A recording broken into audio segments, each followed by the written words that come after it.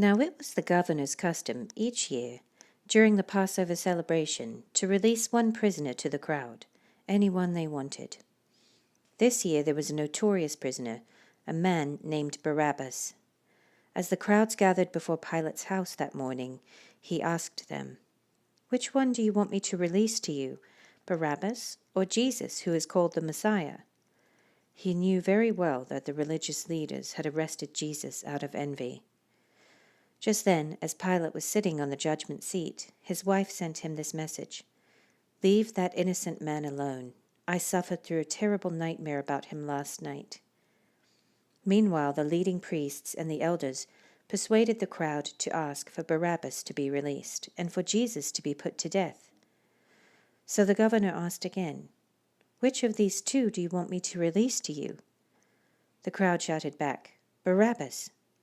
Pilate responded, "Then what should I do with Jesus, who is called the Messiah?" They shouted back, "Crucify him." "Why?" Pilate demanded. "What crime has he committed?" But the mob roared even louder, "Crucify him." Pilate saw that he wasn't getting anywhere and that a riot was developing, so he sent for a bowl of water and washed his hands before the crowd, saying, "I am innocent of this man's blood. The responsibility is yours." And all the people yelled back, "We will take responsibility for his death, we and our children." So Pilate released Barabbas to them. He ordered Jesus flogged with a lead-tipped whip and turned him over to the Roman soldiers to be crucified. Some of the governor's soldiers took Jesus into their headquarters and called out the entire regiment. They stripped him and put a scarlet robe on him. They wove thorn branches into a crown and put it on his head, and they placed a reed stick in his right hand as a scepter. Then they knelt before him in mockery and taunted, "Hail, King of the Jews!" And they spit on him and grabbed the stick and struck him on the head with it. When they were finally tired of mocking him, they took off the robe and put his own clothes on him again.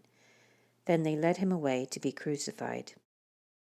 Along the way, they came across a man named Simon, who was from Cyrene, and the soldiers forced him to carry Jesus' cross. And they went out to a place called Golgotha, which means place of the skull.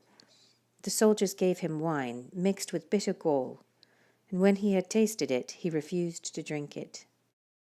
After they had nailed him to the cross, the soldiers gambled for his clothes by throwing dice.